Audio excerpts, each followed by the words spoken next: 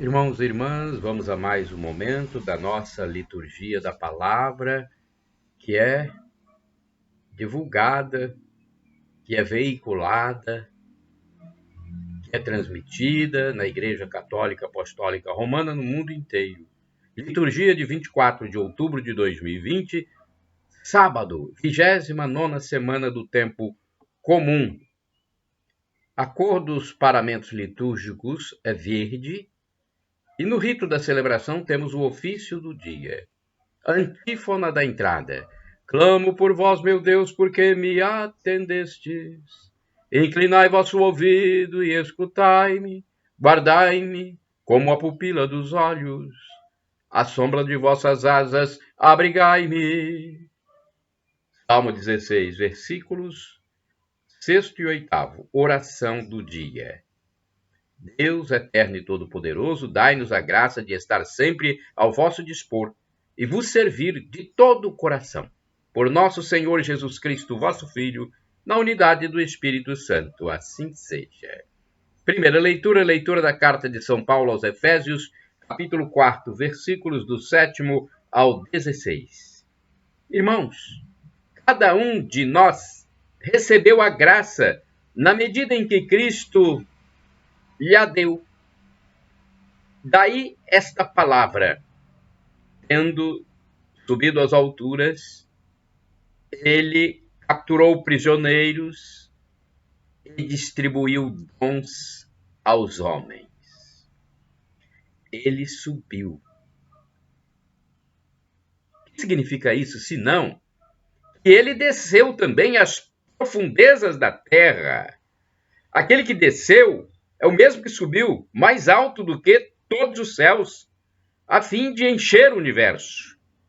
E foi ele quem instituiu alguns como apóstolos, outros como profetas, outros ainda como evangelistas, outros, enfim, como pastores e mestres. Assim, ele capacitou os santos para o ministério, para edificar o corpo de Cristo, até que cheguemos todos juntos à unidade da fé e do conhecimento do Filho de Deus, ao estado do homem perfeito e à estatura de Cristo em sua plenitude. Assim, não seremos mais crianças ao sabor das ondas, arrastados por todo o vento de doutrina, ludibriados pelos homens e induzidos por sua astúcia ao erro. Motivados pelo amor, queremos ater-nos à verdade e crescer em tudo, até atingirmos aquele que é a cabeça, Cristo. Graças a ele, o corpo coordenado e bem unido, por meio de todas as articulações que o servem, realiza o seu crescimento segundo uma atividade à medida de cada membro para sua edificação no amor. Palavra do Senhor, graças a Deus. Que belíssimo texto de São Paulo apóstolo, meu Deus. Cada vez que eu leio trechos da carta de São Paulo, eu me espiritualizo ainda mais e me coloco em Cristo Jesus a cada momento. Agora vamos ao Salmo responsorial, é o Salmo 122, versículos do 1º ao 2º, do 3º ao 4a, do 4b ao 5º, refrão é o versículo 1º. Que alegria quando me disseram, vamos à casa do Senhor. Repitamos, que alegria quando me disseram, vamos à casa do Senhor. Que alegria quando me disseram, vamos à casa do Senhor. E agora nossos pés já se detêm, Jerusalém em suas portas. Que alegria quando me disseram, vamos à casa do Senhor. Jerusalém, cidade bem edificada num conjunto harmonioso. Para lá sobem as tribos de Israel, as tribos do Senhor. Que alegria quando me disseram, vamos à casa do Senhor, para louvar, segundo a lei de Israel, o nome do Senhor. A sede de justiça lá está, e o trono de Davi. Que alegria quando me disseram, vamos à casa do Senhor. Que alegria quando me disseram, vamos à casa do Senhor. Aclamação ao Santo Evangelho.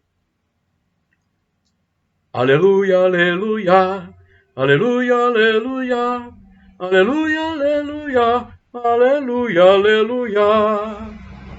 Aleluia, aleluia, aleluia, aleluia, aleluia, aleluia, aleluia, aleluia.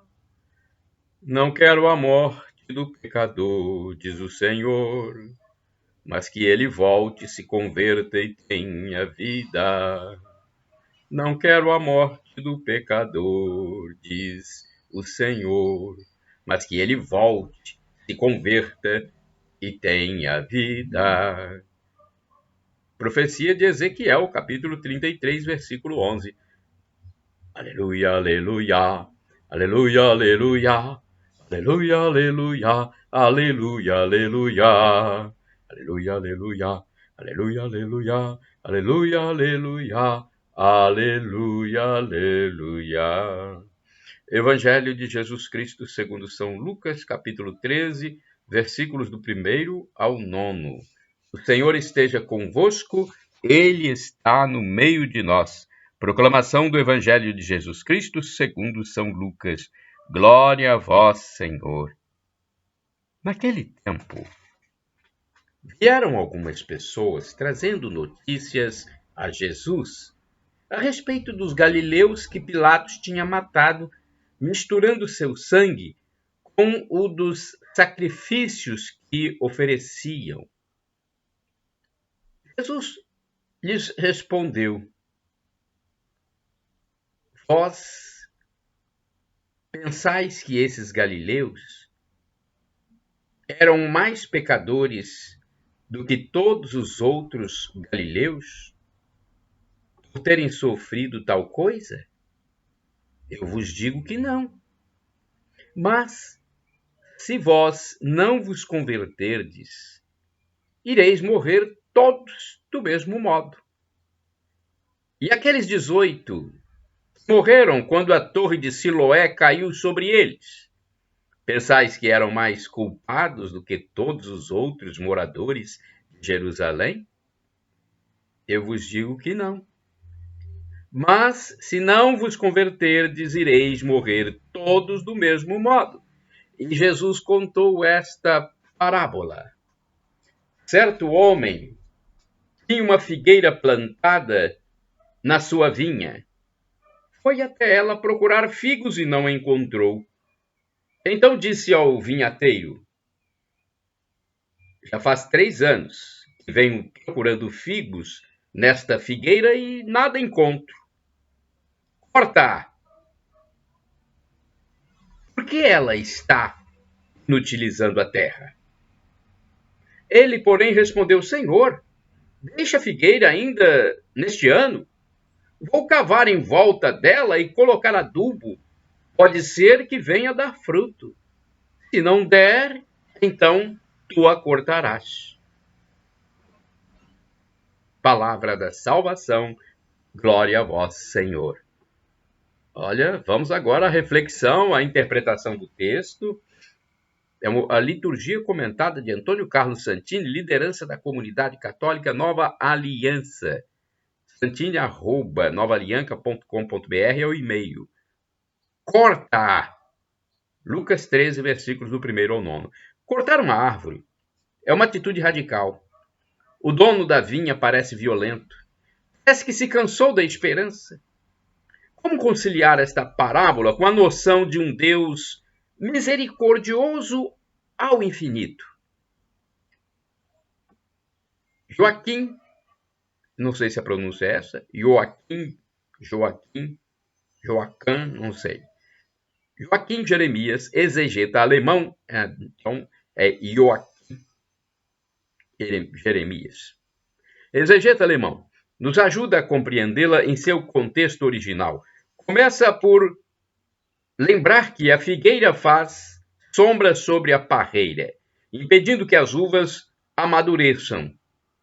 Logo, o dono da vinha devia gostar muito de figos, do contrário, não teria plantado a figueira. Além disso, já esperava por frutos há muito tempo.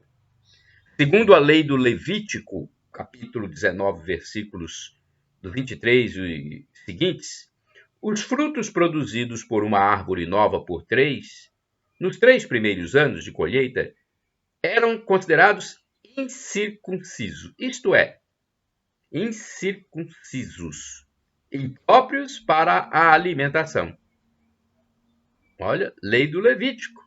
Frutos produzidos por uma árvore nova nos 3 primeiros anos de colheita eram considerados incircuncisos, impróprios para alimentação. No 4º ano, os frutos colhidos eram oferecidos a Deus como primícias do pomar, em um gesto cultual. Deus primeiro. Só a partir do 5º ano é que o produto das frutíferas podia ser colhido como alimento humano. Que coisa, hein? Ora, já havia 3 anos que o dono da terra procurava por figos e não os achava. Façamos a soma. 3 mais 1 mais 3, 7. São 7 anos de esterilidade. 7 anos de decepção. No mundo bíblico, o número 7 significa plenitude, a totalidade, isto é, todo o tempo. Agora fica mais fácil entender a mensagem desta parábola. Todo o tempo. Deus espera por nós e pelos frutos do Espírito em nossa vida. Mas esse tempo há de acabar. É limitado, tem um fim. Chegado o fim, não haverá outro recurso a não ser cortar a figueira. Assim sendo, não podemos acusar Deus, representado na figura do dono da vinha, de impaciente ou sem misericórdia. Ao contrário, nada mais justo que esperar pelos frutos de seu investimento em nossa vida. Em Isaías capítulo 5, o profeta nos dá o canto de amor a respeito da vinha, Israel, que se recusara a dar frutos, depois de cavar a terra, limpá-la das pedras e plantar cepas escolhidas. O dono ainda a cercou, ergueu uma torre, construiu um lagar, pois esperava fabricar o seu vinho. No tempo da colheita, a uva não prestava, só dava vinagre. O que fazer? Sua cerca será arrancada e os javalis a pisarão. Nela crescerão apenas cardos e espinhos. Nem mesmo a chuva há de regá-la. A vinha predileta não correspondera ao amor. E nós? Estamos correspondendo ao amor que foi investido em nós? Irmãos e irmãs, orai sem cessar. Graças a mim é que produzes fruto. Oséias, capítulo 14, versículo 8b. Agora vamos ao santo do dia. Antes, eu quero dizer que vocês podem utilizar à vontade os meus vídeos que estão no canal no YouTube Paulo Roberto Maciel, no blog repórterpaulomaciel.blogspot.com, facebook.com/Paulo Maciel da rádio e, eventualmente, no Instagram, Paulo Roberto Maciel 6 /. O texto que eu vou ler a seguir é do padre Evaldo César de Souza. Ele é da Congregação do Santíssimo Redentor. Ele é redentorista, padre religioso. 24 de outubro é dia de Santo Antônio Maria Claret. Antônio nasceu em 23 de dezembro de 1807 em Barcelona. Barcelona fica na Espanha. Na família, aprendeu o caminho do seguimento de Cristo, a devoção a Maria e o profundo amor à Eucaristia. Na adolescência, ouviu o chamado para servir a Deus. Assim, acrescentou o nome de Maria ao seu para dar testemunho de que a ela dedicaria a sua vida de religioso. Em 1835, recebeu a ordenação sacerdotal. Trabalhou como pároco e depois, recorrendo a Roma, passou a ser missionário itinerante pela Espanha. Em 1948 foi enviado para evangelizar as Ilhas Canárias. Em 1849, na companhia de outros 5 jovens sacerdotes, fundou a Congregação dos Missionários Filhos do Imaculado Coração de Maria, ou Padres Claretianos. Nesse mesmo ano, o fundador foi nomeado arcebispo de Cuba. Este país sofreu hostilidades dos grupos maçônicos. Mas Monsenhor Claret continuou seu trabalho, restaurou o antigo seminário cubano, deu apoio aos negros e índios escravos. Quando voltou a Madrid em 1857 para ser confessor da rainha Isabel II, deixou a Igreja de Cuba mais unida, mais forte e resistente. Morreu com 63 anos no dia 24 de outubro de 1870 na França. Reflexão. Santo Antônio Maria Claret destaca-se pelo amor à palavra de Deus e tratava com familiaridade e respeito.